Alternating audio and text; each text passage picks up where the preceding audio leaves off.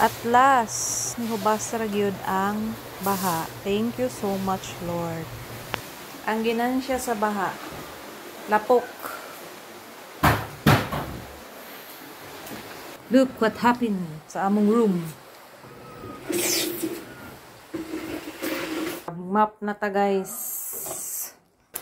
Pero before mi nag-map, gibanlasan sa ni Daddy og tubig ang mga lapok para mas dali siya hinloan, guys. Ug ako ang taga-silihig sa mga hugaw. Actually, guys, naapa ni baha sa gawas pero amo na daan siyang giapas og banlas kay naapa mi tubig nga magamit kay kani nga time hinay na kayo ang agas sa gripo. Mas maayo gyud pod nga banlasan dayon nato nga maoy paghubas kay ang lapok dili pa kaayo siya gahi, dali pa siya hinloan. Kay kung ato ni siyang paugmaan, guys, kapoy na kaayo, magbras na ta, unsa na lang diha kuskus para lang makuha ang mga lapok. Banlas didto, banlas diri sa mga sulok-sulok sa ilalom sa mga bangko, ilalom sa lamisa. Banlasan gid ni Daddy para dali na lang yun. Mao ni ang sitwasyon nato basta mabahaan ta, guys. Naghay hinloon isa na diri ang mga lapok ug katong mga gamit nga gipang sangat ibang balik na pud to. As in trabahoso gid siya pero it's okay.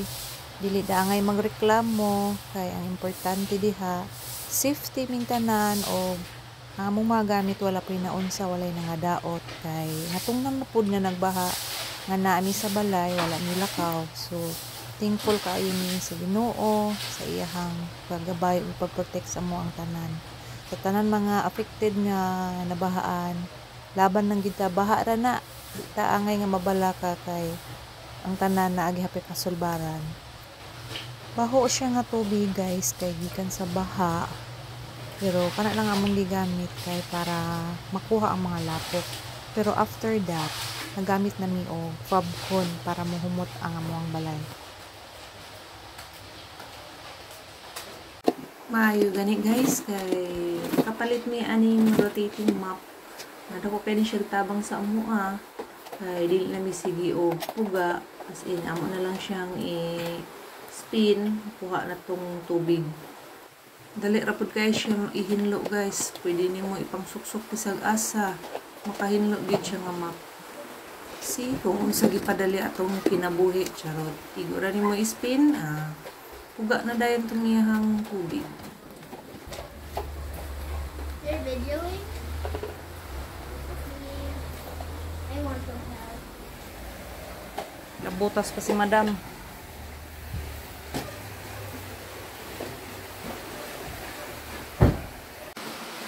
Tapos na po sa mga rooms. Sa sala na sa ito naghinlo, guys. Sakit na kayo akong likod ani, guys. Akong kamot, akong tiil. Sige, balik-balik og map. But kailangan kay saon man need man din nato ang hinlo kay isud pod og atong pasagdan ng mga lapok na naa sa atong balay. Kinahanglan imugin siyang hinluan apil sa mga kilid-kilid kay mabaho. Ang mga bata gani pagsulod sa balay nagreklamo lain na sa baho sa balay. Natural na baho gyud kay nabahaan gyud lain baya ang tubig sa baho, di ba? Pang plaster lang namo ang mga bangko, lamisa, pero ang mga gamit ng gipang sangat wala sa namo plastara kay kapoy na gid siya, guys. As in pagkauma na din na po ni sila na hinay-hinay o balik. Ano rin din, mami? Thankful po kay naa si Daddy wala nagbiyahe ani nga time na ako'y katabang sa alsa, sangat abo ng mga bugat, pagpanghinlo, na ako'y kauban, pwede lalimoy, pura isa, Diyos ko. Ang tanan siguro, tanang pamaol na sa ako, Basta lagi mong short. Abot dahil sa paang baha.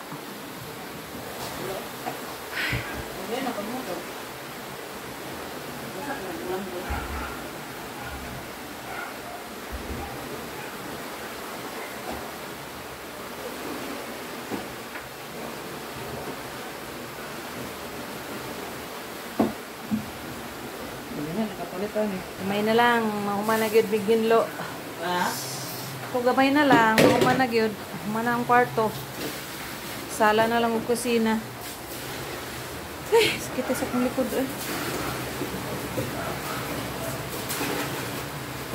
OMG.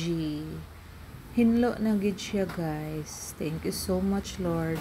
Among kusina, hinlo na sad. Ang sala, hinlo na pod. See? Kaluhian, murag wala ang nagyan ng bagyo, hinlo na kaayo. Yan.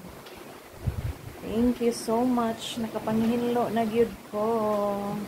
Kami ni Daddy nang hinlo. Si Daddy tigbanwa sa kutigmap. Kumana ka ginlo da? CR? Hinlo na siya, guys. Thank you so much, Lord. Wa na ibaha. Nakapanghinlo na pud mi sa among balay. Ang gamit na lang isa naman ni pangnaog kay basig muuwan na pud sumbakol lang gyud. Sangat sa ni mga kagamitan. Kubotay ang pagpamalik na pud ni ang kapoy. But it's okay. Basta kay safety ang all.